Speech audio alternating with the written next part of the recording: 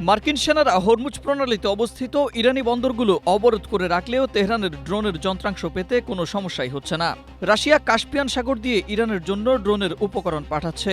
এই খবর জানিয়েছে মার্কিন সংবাদ মাধ্যম নিউ ইয়র্ক টাইমস। ইরান ও রাশিয়ার মধ্যে কোনো স্থল সীমান্ত নেই, তবে কাস্পিয়ান সাগর দুটি দেশকে এক করেছে। কাস্পিয়ান হল বিশ্বের সর্ববৃহৎ লেক। এটি এত বড়ই যে এটিকে সাগর হিসেবে নামকরণ করা হয়েছে। এই সাগরের চারপাশ স্থল দিয়ে ঘেরা, অর্থাৎ কোনো মহাসাগরের সঙ্গে এটি মেলেনি। কাস্পিয়ান সাগর দিয়ে বাণিজ্য ও পণ্য আনা নেওয়া করলে যুক্তরাষ্ট্রের নিষেধাজ্ঞা পড়ারও কোনো শঙ্কা নেই। নিউ ইয়র্ক টাইমস জানিয়েছে, বিশ্বের সবচেয়ে বড় এই লেকটিকে গোপন ও প্রকাশ্য উভয় প্রকার বাণিজ্যের মাধ্যমে পরিণত করেছে রাশিয়া ও ইরান।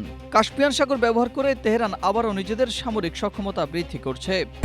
স্ট্রবেরি সুপার ডটেড ও ক্লাসিক ভ্যারিয়েন্ট সেন্সেশন জাগুক শিহরণ। নাম প্রকাশ না করার শর্তে একজন মার্কিন কর্মকর্তা বলেন, এখন যে হারে রাশিয়া থেকে ড্রোনের যন্ত্রাংশ আসছে, যদি এটি অব্যাহত থাকে তাহলে ইরান দ্রুত সময়ের মধ্যে তাদের ড্রোন সক্ষমতা আগের জায়গায় ফিরিয়ে নিতে যাবে।